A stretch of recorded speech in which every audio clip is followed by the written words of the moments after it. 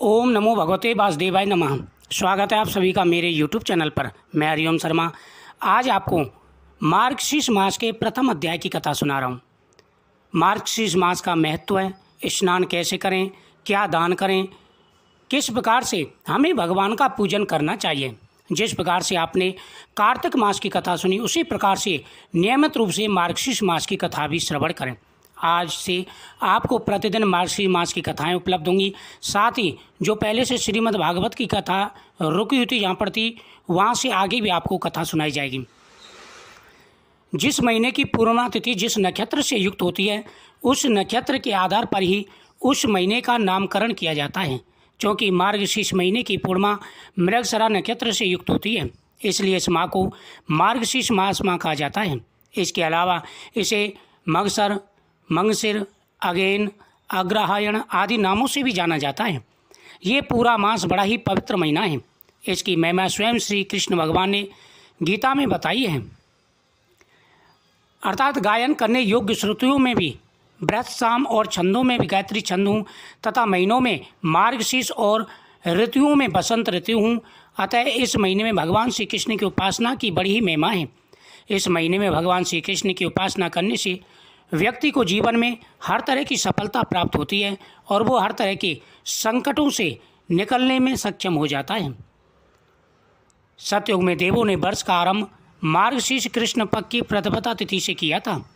साथ ही ऋषि कश्यप ने भी इसी महीने के दौरान कश्मीर नामक जगह की स्थापना की थी, जो कि इस समय भारत का अभिन्न अंग है। मार्गशीर्ष मास के दौरान स्नान दान का बड़ा ही महत्व होता है। विशेषकर इस महीने के दौरान जमुना नदी में स्नान करना बहुत ही शुभ माना जाता है। मार्गशीर्ष महीने के दौरान जमुना नदी में स्नान करने से भगवान सहज ही वरदान देते हैं और हमारी सभी मनोकामनाएं पूरी करते हैं। अतः जो लोग जीवन में भगवान का आशीर्वाद बनाए रखना चाहते हैं और हर संकट से छुटकारा पाना चाहते हैं, उन्हें मार्गशीर्ष के दौरान कम से कम एक बार जमुना नदी में स्नान करना अवश्य जाना चाहिए।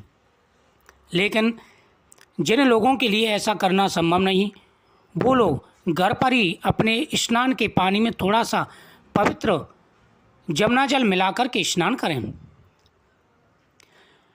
स्नान विधि: मार्गशीर्ष के दौरान सुबह जल्दी उठकर स्नान से पवित्र होकर भगवान का ध्यान करना चाहिए और उनकी पूजा अर्चना करनी चाहिए। स्नान से पहले तुलसी की जड़ मिट्टी से स्नान करें, यानी जब आप स्नान कर रहे हो तो उस समय तुलसी की जड़ में से थोड़ी सी मिट्टी लेकर के आपको स्नान करना है।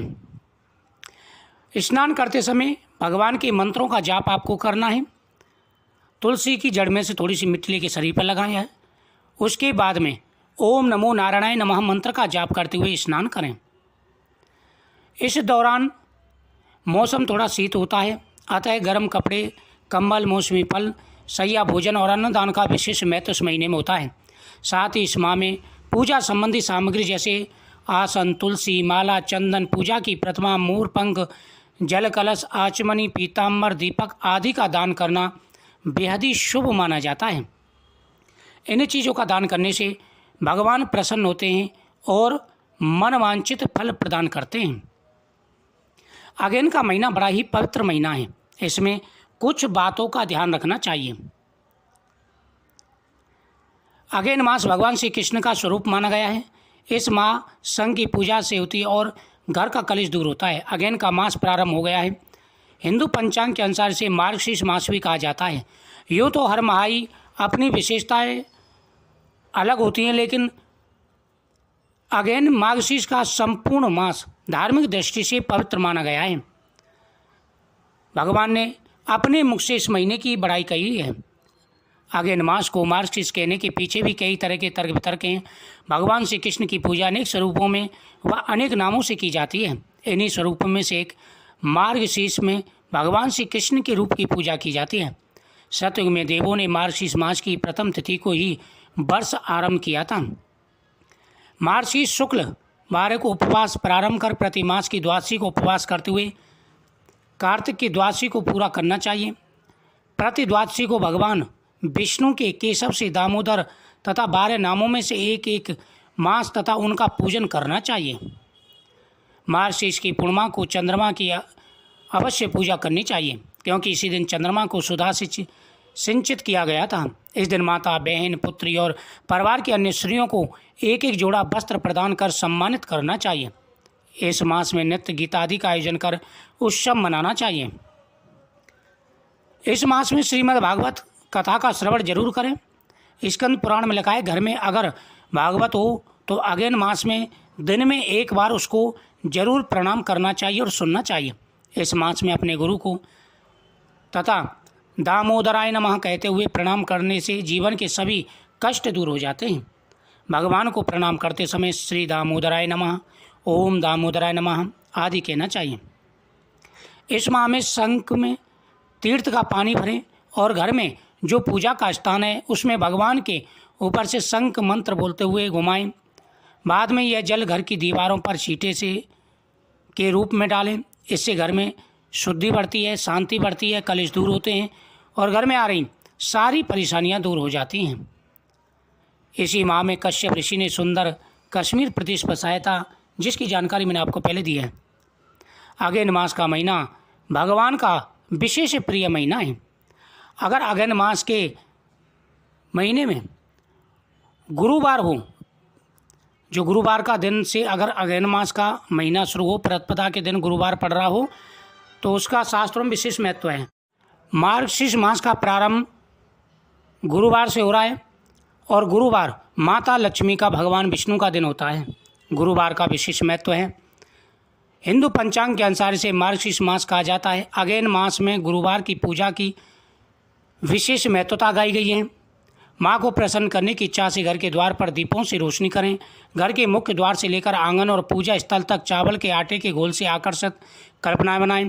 प्रथम गुरुवार को इन कल्पनाओं में माँ लक्ष्मी के पांव विशेष रूप से बनाए जाते हैं। तत्पश्चात माँ लक्ष्मी के सिंहासन को आम, आंवला और धान की बालियों से सजाया जाता है और कलश की स्थापना कर माँ की पूजा की जाती है। मान्यता है कि अगन महीने के गुरुवार में माँ लक्ष्मी को प्रत्येक गुरुवार अलग अलग पकवानों का भोग लगाने से माता का आशीर्वाद प्राप्त होता है। कभी भी धन की कमी नहीं रहती।